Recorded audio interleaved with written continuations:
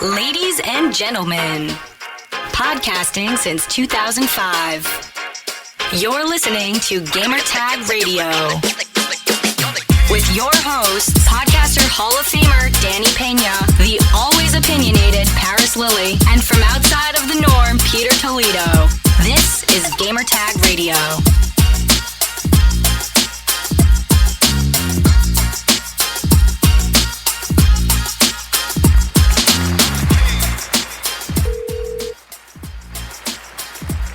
Morning. Parris, I'm not even going to say good morning. My question to you is how?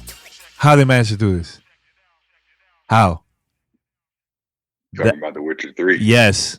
I've been playing now for a couple hours and my mind is blown away. Like it's I told you this yesterday. I told you, man, it's like once you get your hands on it, it's amazing how on the Switch screen, because I put it in TV mode as well to compare, but yeah. When you're playing it on the smaller screen on the Switch, it's the game that I've been playing on PC. Yeah, maybe there's a little tiny thing here or there that's not enhanced ultra settings like it would be on PC, but dude, you got the full Witcher 3 in your hands. Play whatever you want. It's amazing. Yeah. It's a technical marvel what CD Projekt Red and I forget the team that optimized it, the company name. Oh, Saber Interactive. Yeah, there you go, Saber.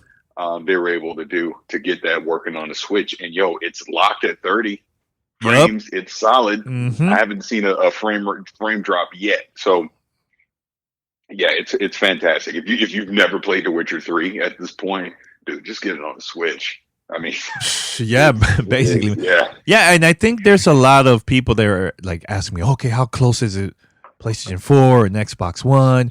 And yeah, people will mention it's not 1080p or 4K. Like, honestly, I'm not even thinking about that. I'm playing the game because I'm enjoying the story, the combat, the gameplay, just everything overall. Voice acting, even the voices, audio, music, it sounds great. It sounds great. I don't know, man. Like, now there's no excuse for a gaming company to say, oh no, the Switch is less powerful, we can't create games like that. I'm telling you, man, if I already played Doom, I played Wolfenstein, I played a couple games that was available on Xbox One and PlayStation 4, and it was ported for the Switch, dude. Amazing. Even Overwatch, Parris, I've been playing that a lot, which also just came out too. Like, this is a great time if you are a Nintendo Switch owner. So many great games, man. So many great games. Yeah, it is. I mean, I've said it many times before. I'm so glad I was wrong about the Switch. I mean, it's a fantastic piece of tech. Hardware, like I said, the games that Nintendo is able to get on there, the third-party companies have been able to port stuff over there, and just the way it's been working, like we're saying here, The Witcher 3, it's such a fantastic port, and to have it to play wherever you want, anywhere you want, doesn't matter. You want to pick it up, play it in bed, play it when you're on the plane, you can do that. It doesn't matter. You got that full AAA experience in your hand, and to me, The Witcher 3 is still the best game of this generation, and this is a fateful, port of it to go to the Switch. I don't feel any compromises when I play it. Like I said, sure, it's really playing at 540p and all that stuff, and I know, they've downgraded some of the textures, but on that screen, you're just playing. You're just enjoying the game. I mean, if you want to nitpick, you can nitpick, but at first glance, it's just fantastic. There's nothing wrong with it at all. Yeah. I have the conventions to make, man. I've never played the last expansion of The Witcher 3. I played everything else. The first expansion, all the free DLC that came out before the first and second expansion came out. I played them all. So this is gonna be my first time playing the last expansion that came out for The Witcher 3, man. So is that where you started? No. I'm starting from scratch. Yeah. I advise against that. Don't do that. If you've never played Blood and Wine, you're going to be 40 hours into this game before you actually get to Blood and Wine. Even if you just power through everything. Yeah. In my opinion. Okay. Start at Blood and Wine because it's damn near another game. That's how much is in there. It's damn near another game. Yeah. So no, you know what it is? There's so much. I'm just saying, it's content you've never experienced before. Instead of replaying everything you've already done, I would jump straight to that. It's that good. You should experience it and play it. Yeah, like I really don't mind playing from the beginning because I love the game so much. Yeah. Let me ask you this question. Yeah. We have so many games we have to play this holiday. Are you really going to? Because I'm telling you right now, I'm not. There's no way I can sit here through this holiday and replay everything. There's just no way. There's too many other things we got to play. Mm-hmm. So you're by the time you get the Blood and Wine, Cyberpunk's going to be out. I'm telling you now. Nah, Parris. I play a lot. You know, I play a lot. Like, and especially when I travel and do certain things. You know, I'm always with the Switch. And, you know, now I'm in New York City. I'm always on the train, bus. You know, so I'm gonna be playing it. And honestly, like, yeah, I wanna. It's such a beautiful game. And it's so good. Story is fantastic. That yes, I am gonna play from the beginning. And I get it. There's a lot of games coming out. There's Luigi Mansion's coming out now. There's a bunch of other things, man. I know. What other games coming out this year? I'm trying to think. Call of Duty is coming out, right? Yes. Is there anything? Is there anything else from Xbox? Jedi Fallen Order's coming out. Yeah, and look. I'm gonna have this game for forever, basically. You know, so I'm just gonna enjoy it. You know, here and there. I just love the game, man. I'm gonna play from the beginning and just go all the way through. You don't know what you're missing. I'm just telling you. I know what you're missing. I know. It's all good. Because we'll have this conversation after Cyberpunk. Did you play Blood and Wine yet? No, I haven't gotten to it yet. That's what you're gonna say. I'm still gonna say. Dude, watch. I'm still gonna play it, man. You see. Okay. All right. But another thing, dude, I need to mention this, man. Overwatch looks fantastic, Parris. Another great game from Blizzard. So good. It plays smooth and is exactly the PlayStation 4 and Xbox and PC. The same exact game. It looks great. Pulled like on the go, looks great. TV looks good. And it also comes with a 3-month Nintendo Switch Online, like the subscription for like 3 months, and you can play the game. And I believe this is like $39.99. That's a great deal. That's a fantastic deal. I'm gonna say something. It's not even controversial, but okay. I've never played Overwatch. Oh, yeah. Okay. And mm-hmm. After all the nonsense that Blizzard has been doing with China recently, I probably never will. Yeah, I mean there's really not been a.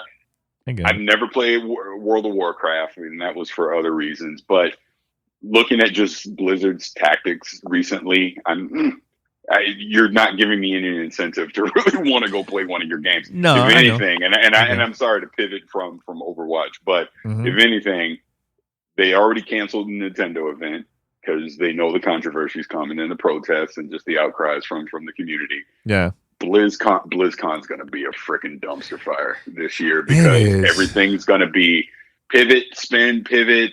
Oh, no. I mean, honestly, they just need to come out. The CEO of the company needs to just come out. They need to apologize for everything that they've done because even them reducing the sentence to 6 months was still basically saying we value money over what the gamer wants or over, freedom, rights and everything. I mean, we're the United States of America. We're not China. And you're basically bowing down to a communist country. And then, look, I'm not trying to make this politics, so I'm not trying to go there too much. But yeah. My point is it was very disappointing to see Blizzard's stance with that. Honestly, even what Riot came out and did and what they said was, I get it. I still kind of feel they could have phrased it a little bit better. I mean, it still is almost saying, hey, don't speak out on your platform against something that we all know is wrong. Everyone should have rights, freedom of speech, that whole thing. I get it. It's China. But, when you make a deal with the devil, these are the repercussions right now. I mean, honestly, look at what the NBA is doing, the whole thing. Again, I'll be quiet on it because I know people get upset when I delve into those things. But whatever. But yeah, I've never played Overwatch, and after recent events, I probably never will. Like I said. Yeah. Well, they sent me a review code, so I'm not gonna I'm not gonna review it. And I know the person. Actually, you could you could say that. No, that's kind of the whole point. No, but that's how you. Paris. I'm because there's listeners that are asking me, hey, how is Overwatch? And that's when you say I'm not reviewing this game because of what Blizzard has recently done. I get it. It's not that hard. I get it, Paris. I'm just saying I'm reviewing it because I talked to the person that sent me the code, and I'm reviewing it, and I'm there's listeners that ask me on social media like, hey, how is the game? And I'm telling them that's why I'm voicing it here. Like I wasn't planning to talk about all this stuff because I wanted to talk about that like on another day, but whatever, it's all good, and I respect that. I'm not against anybody's opinion. Like dude, you know me, I'm really into like the political stuff. Like I'm always listening to that on a podcast, But yeah, just wanted to say that very quick, So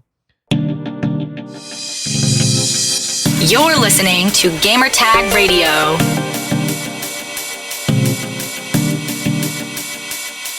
This episode of Gamertag Radio is brought to you by the Menlo Club. It is a men's monthly and seasonal subscription that provides styled packages for every man featuring items from 5'4", everyday wear, New Republic footwear, and Grand AC athleisure wear. For just $60 a month or $75 per season, men in the community will receive a curated hand-picked package containing 2 to 3 items of the latest trends in menswear. All items are designed by our in-house team here in Los Angeles. Complete a brief style quiz to be matched into a clothing profile that'll curate the apparel being sent to you. Our member expert team is available to help through live chat, email, and phone. This is hassle-free, no style fee like our competitors, free size exchanges, and pause or cancel at any time, aka no risk to you to try this service. Receive an extra members-only 25% off themenlohouse.com and always receive free shipping. So, again, this is our sponsor. I did the quick quiz. Unless my wife dresses me, I have no style, but this allowed me to kind of fill out a quiz on what I'm comfortable wearing. They sent me a package. It's definitely stylish. I'm absolutely loving the Menlo Club, and I think you guys should try it too. So get your first monthly or seasonal package for $35 off using our promo code GTR. Or get your first monthly or seasonal package for only $25 using our promo code GTR. So again, that's the Menlo Club. Try it today. Use our code GTR. Thank you to the Menlo Club for sponsoring this episode of Gamertag Radio. This is Gamertag Radio. Voicemail at 786-2737-GTR.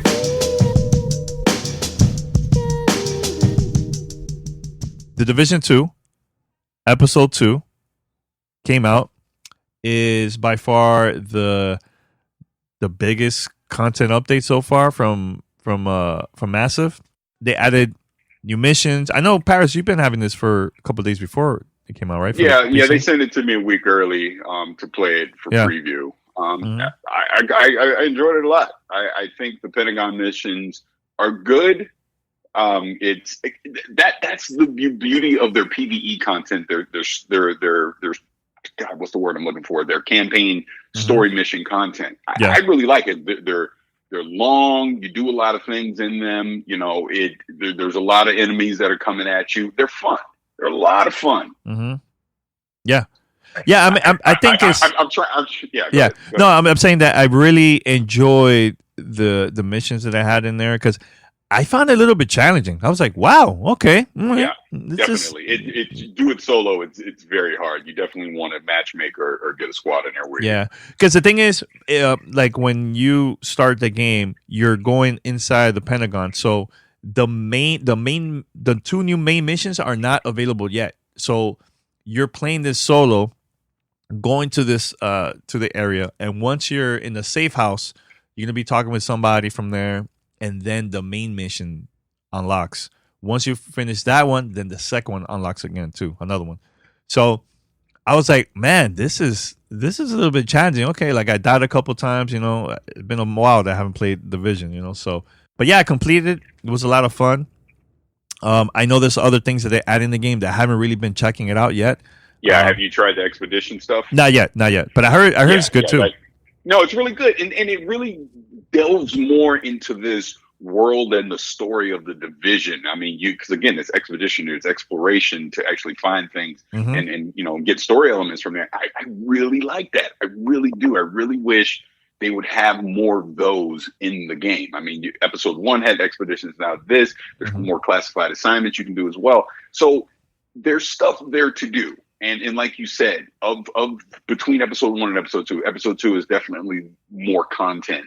You also have the PvP portion where they added the new map. We now have the new elimination mode that's in there as well. I'm not a fan of it, and I've said this many times. I still feel like the PvP is not where it needs to be. They've made the Dark Zone changes. I went in there yesterday. It was still a ghost town. I mean, I know they were trying to server side make it so that always the spaces were going to be full. But when I went into Dark Zone East, I mean, it still felt the same to me. I know they've changed some of the landmark stuff to try and drive people more there. You can get more, they changed the vendor, things like that. But again, I'm not trying to spin this into Negativeville, but just being realistic about it. It's still not enough content for the Division 2, even if you add together episode 1 and episode 2. I mean, sure, if you're just playing the game for the first time, you go through the whole story, get all the way up to World Tier 5, do all the strongholds, do the raid, episode 1, episode 2. There's a lot of things to keep you entertained for about a good, I would say, to be realistic, a good 80 to 100 hours. But after that, I feel like you're still going to hit a brick wall. Like, I feel like I did this episode 2 content before it officially came out. I'm already done. What is my incentive to go back? There's really no gear that I'm chasing. I don't know. I don't even know if you just want to dive into the whole Division 2, just what's been going on here over the last week or so. But there's been a lot of negativity in the community leading up to this. Just a lot of toxic comments, behavior, things of that nature. Unfortunately, the creative director also tweeted out something which did not help it at all. But then he came back later talking about Julian Garrity and actually, put out a series of tweets to kind of say, hey, episode 2 is coming out. We need to do a lot of healing in this community right now, which I 100% agree with. And it goes on both sides. And kind of like the comments I've been making over the last few days is leaders lead. It starts at the top, and the top starts with Massive. Massive has to lead from a community presence. They have to jump in and lead the narrative, lead the discussion on, okay, here's our game. Here's what it is right now today. Here are the great things about it. Here are the things that we need to fix. And then basically put out a roadmap for here's what we're thinking of what we're going to fix down the road. However it is they want to communicate that. But the bottom line is it's about communication.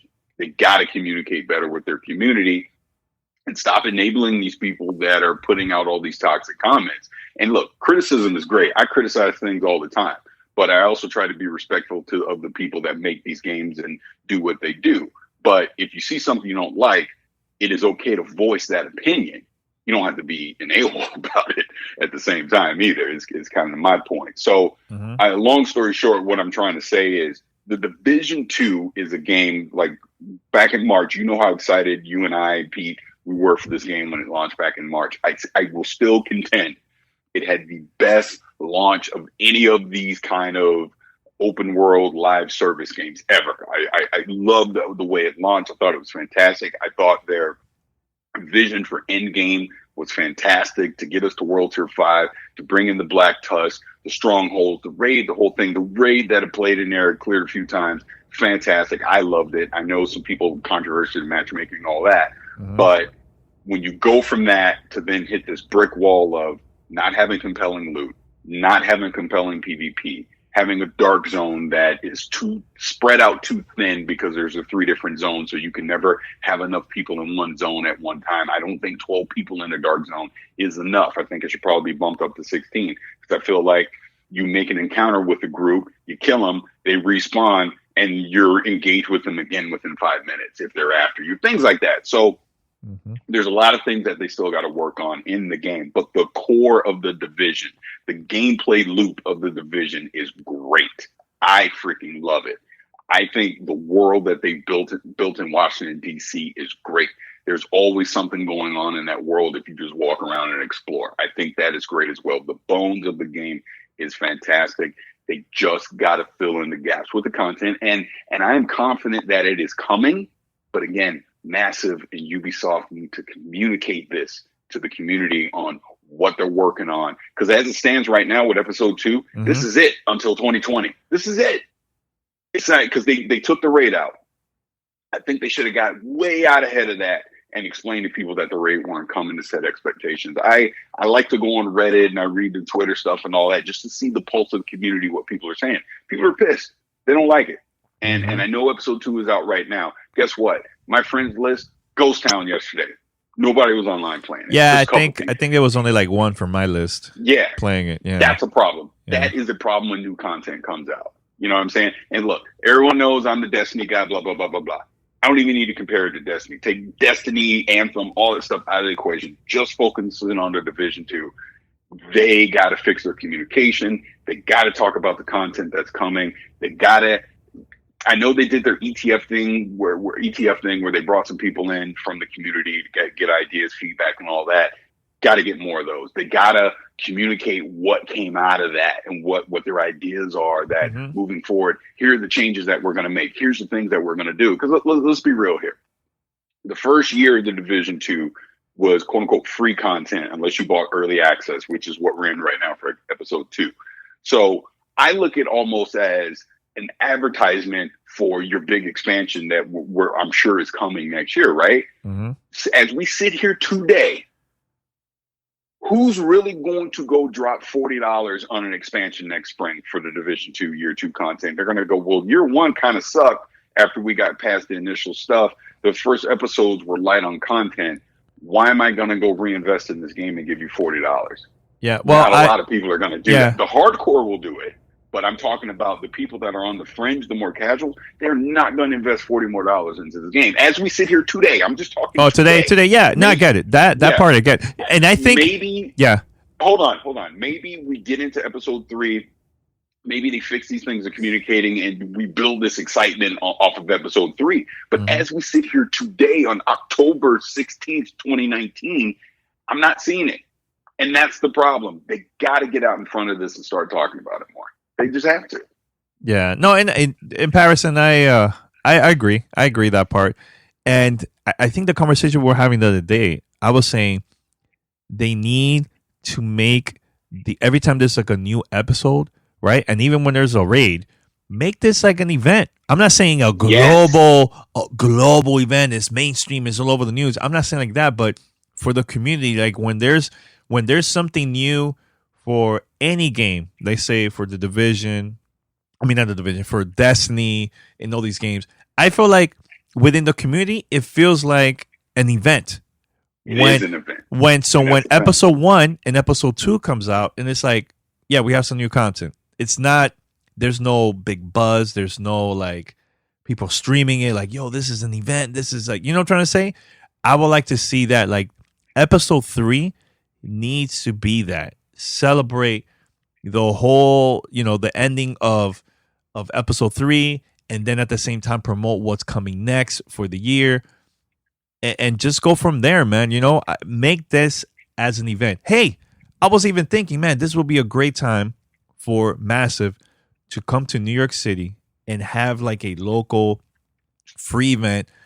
Bring the Division fans, hey, come and play our new content. Like, make this as an event, streaming online. You know what I'm trying to say, Parris? Like, when I 100% know what you're saying. When I got to see Fortnite when it shut down and everybody was freaking out, like, hey, what's going on, right? The game was so crazy. Like, people were talking about this that I even got to see this on CNN twice, back to back. One, the first day was like, is this the end of Fortnite? And the hosts, you could tell they're not gamers. They were talking about it, right? Then the next day, they were talking about the leak of Chapter 2, and I'm like, this is genius, marketing genius. Because honestly, maybe Epic has a community manager. Because I don't know, maybe you do know. I've never heard of this person, but they don't need a community manager for that game. The content creators are the community managers for that game. They're the ones talking about everything, all the leaks, all the stuff that's coming up. They have that, So no, well, here's where I'll jump in and agree and disagree at the same time. Yeah, you're right. In the current state of Fortnite, you don't need a community manager because everything's good right now and they're doing things the right way. In my opinion, a community manager or quote unquote a community team is needed when things ain't going right. That's when you need it, because you need someone to step in and answer the questions of the community, so you're not just throwing kerosene on something and just starting a wildfire. Perfect example. What happened over the weekend? There was one of the lead producers on Halo Infinite at 343 left the company. The title of the articles made it seem like this person replaced the creative director that left a few months ago. So now all of a sudden the narrative was the last two people that were creative directors on Halo Infinite at 343 have left the company. Halo community exploded. Oh my God, what's going on? Panic, panic, panic. 343's community manager stepped in immediately, jumped on Reddit, and had a very thoughtful explanation on exactly what happened, cleared up the misconceptions. If anyone sat there and took the time to read it, they understood it and was like, oh, okay, this isn't a big deal. This person actually left because they got an even better opportunity at another company to do something, to work with someone. I think it was Harold Ryan or whatever, who used to be like the studio head at Bungie. But the point is, they didn't leave on bad terms. They didn't leave because, oh my God, the game is chaos and everything's breaking. They left because they got a great opportunity, so they took it. There's nothing wrong with that, because again, this is America. Do what you want, right? So when you have a community manager that steps in and does things like that, that fixes stuff. Because obviously, like we said before, Halo Infinite is going to be a very important game for Xbox. When you see articles like that, it makes the community uneasy. It made me pause, like, uh-oh, is this game in trouble? What's going on? But then when I read it, I go, oh, okay, everything's all good. So spinning this back into, like you're saying with Fortnite, yeah, right now you don't need anything. But God forbid something bad happens with Fortnite, you do need that community presence to step in and actually be the face of the company in the game, to explain to the community what's going on. Same thing applies to the Division right now. I know they have a community manager. I kind of think I know who it is, but I'm not 100% sure. And again, that's the problem.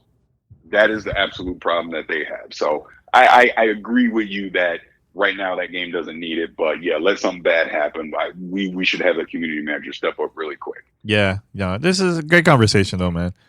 Great conversation. But yeah. Anything else from that side? So like I said, I wasn't going to bring in the whole Destiny thing, talking about the Division 2, but I am going to talk about Destiny on its own. So you brought up like the whole raid thing, the event and all that. So, I didn't do Worlds first, but again, it was a big event. Community was hugely engaged. The Twitch engagement was huge when people were trying to do Worlds first and all that kind of stuff. I peeked at it a little bit. So I actually did the raid a few days after that. Was it that Sunday or something? I forget. But anyways, a few days after that, I got my first raid clear. Shout out to the team I was on. And it was funny. The original team that I was running with, we got to the boss, and then I started screwing up. I was getting frustrated. I was letting the team down, and I had actually, people left, so I logged off. I actually tweeted about it, right? Like, I felt so embarrassed. It was my worst time ever playing Destiny in 5 years. I was letting the team down, blah, blah, blah. So some other people in the community saw this and reached out and was like, yo, what happened? What's the issue? I explained. It was like, yo, let's get it clear. Come on, hop on my team. We'll jump in. Yo, we got it the first time. First time through. That's dope. On the boss. So I got my clear now. But that's why I like that community so much, because so many people are willing to help each other and do all that kind of stuff. So last night, because now we had the reset, so I jumped back in last night. I did the raid again last night, and we actually did the Divinity quest, which was the exotic trace rifle that you get. You can get through the raid. It was like the big weapon that you can get for Shadowkeep right now. So we did all the steps for the quest, went into the raid, did all the puzzle elements with that, got a clear last night. So I got Divinity, got another clear on the raid. You know what I'm saying? And it's just fun. I love that kind of stuff. I love being able to hop in with the community and play, like I said, 6 people working together to solve something. It's freaking great. A lot of fun. So, so that's kind of where I am with Destiny right now. I feel like that game's in a good place. I'm actually going to put a video out probably about this weekend. I've just been capturing, every time I play, I've just been capturing a ton of footage. So I just got to chop it up. I'll just put out my full thoughts on video. I'll link all that stuff out on social media, but I'm having a great time with it. I'll probably have more thoughts on Division 2 as well. But this is, again, Danny, to bring it back full circle to The Witcher 3. Yeah. Dude, there's so much stuff to play right now. No, and I get it. I get it. I don't know how I'm having, because, dude, also the Outer Worlds is about to come out. Oh, that's another game. I totally forgot. And I think we're getting it soon. The game comes out in a week. I think in a week. Yeah, I got an email. I'll talk to you offline about it. But I got an email about that last night. But we're gonna get it soon. The Outer Worlds, Call of Duty, Star Wars Jedi Fallen Order. Yeah, Red Dead 2's coming on PC, so I finally can play that too. It's like, dude, there's so much stuff coming out, man. Speaking about Star Wars, there was an event, a press event, a couple of days ago. So people been posting pictures from it, from the location. I think it was somewhere in California, but they took pictures. They're planning to talk about it. I think they just played a little bit of the missions. This is not like a review event or anything like that, because the game comes out sometime next month. But also, I've been noticing now that a lot of people already got copies of Death Stranding. So I'm very curious about that, man. I may or may not know someone that has it. Oh, okay. I honestly, I want people to review this just to review it, not because it's Kojima, So please, I hope it's good. I hope this game proves me wrong, Parris, because honestly, I've not been excited for this game at all. But maybe these reviews will change my mind. Who knows? We'll see. I have no comment. Okay. Is that I'll say this. I'll say this. Okay. I've been clear that I don't feel, and this is me, and people get mad when I say this, I don't feel that Kojima's had a great game since Metal Gear Solid, personally. Because I felt like Metal Gear Solid 2 betrayed me, and just the other stuff he's come out with since, it's just not been for me. And that's okay. We've talked about this a million times. Not everything's for everyone. Yeah. When I look at Death Stranding, I can tell it's going to be super weird. And I feel like you need to go in expecting this to be weird, to expect a convoluted story. My main thing with Death Stranding has always been, what is the gameplay loop? I want to know, when I have a controller in my hand, what am I doing to interact with the game? That's what I'm just dying to know when it finally comes out. Again, I'm kind of like you. It's not been something that, oh my God, day one, it's on my radar. But look, if the reviews come in, the impressions come in and go, wow, man, this amazing story. He's doing this, he's doing that. I will carve out time to figure out when to play it. I just know it won't be at launch. I already know that. But yeah, it is one of the most fascinating games in a long time, just to see what it is, because I swear we still don't know. Yeah, I agree. We just don't know. I agreed. Yeah. Parris, by the way, can you believe it's been 30 years since the Nintendo Game Boy? I know, I'm old, man. I remember when it first came out, and I wanted it so bad, and I couldn't afford it because I was a kid and I was broke. And you know what bugged me out? I remember playing Tetris. I was like, wow, this thing is so cool. And then, you know what was a game changer? When my other friend had another Game Boy, and we're like, yo, let's go at it, man. 1 versus 1. I'm like, let's do it. And we connected our Game Boy, and we were playing like that. I was like, this is amazing. I can't believe this is happening right now. Yeah. That was crazy. That was insane. Yeah, it is 30. Wow. That's insane. We're old. Yeah, man, we're old, dude. Very old. Anything else, Parris? Before we wrap this up here, man. I think that's it. It's like I said, we're entering the final. Oh, actually, I do have one last thing. One last thing to say. So we had talked last time we were together to talk. We were talking about Ghost Recon Breakpoint. I said I was going to give it more time, and just people saying that they really liked it and that maybe I wasn't giving it a fair shot. Mm-hmm. I gave it a fair shot. I still don't like it. Okay. I just think this is getting too far away from what Ghost Recon is supposed to be, in my opinion. Now I'll tell you my feedback. I still think one player is boring. Playing with friends, it was actually fun. I played with Arctic. Shout out to him. We were playing for a while, and we did a couple missions. I was like, okay, and he was showing me some stuff. I'm like, all right, this is not bad. It's okay. It's not groundbreaking and anything like that. It's okay. I prefer Wildlands and previous Ghost Recon games. I just don't like the way what they're turning into this game now, like game services, loot, and all that, whatever. Yep. I'm not really too thrilled about it, man. But the game is not bad. I played it here and there with not only with Arctic but also like random matchmaking with people online, and it was fun. It was actually fun, man. Did a couple missions there. Yeah, if I had to give it on a scale of 1 to 10, I give it 5 out of 10. I'll give it maybe like a 6.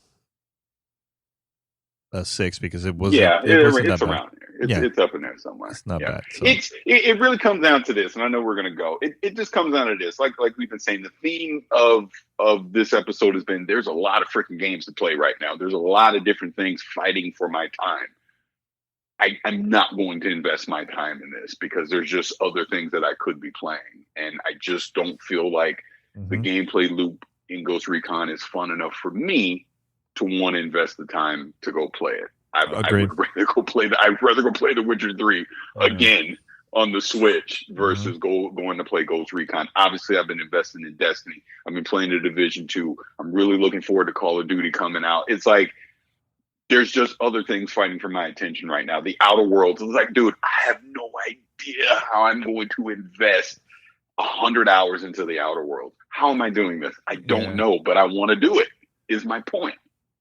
Versus playing something like Ghost Recon right now. It's just not for me. No, I tapped out. I tell you this, I played Ghost Recon more than Anthem. That's a fact. Well, that's a fact. And that I would agree with. I mean, it's better than Anthem for sure. I deleted Anthem. I couldn't do it. I deleted the game. So, and that's that. And yes, everybody, thank you for listening. And it was a great conversation. And I think we have more stuff coming up for the next episode. So stay tuned. And anything else, Parris? No, I think that's it, man. All right. So we're out. Peace. Thanks for listening to Gamertag Radio. Be sure to like us on Facebook and follow us on Twitter.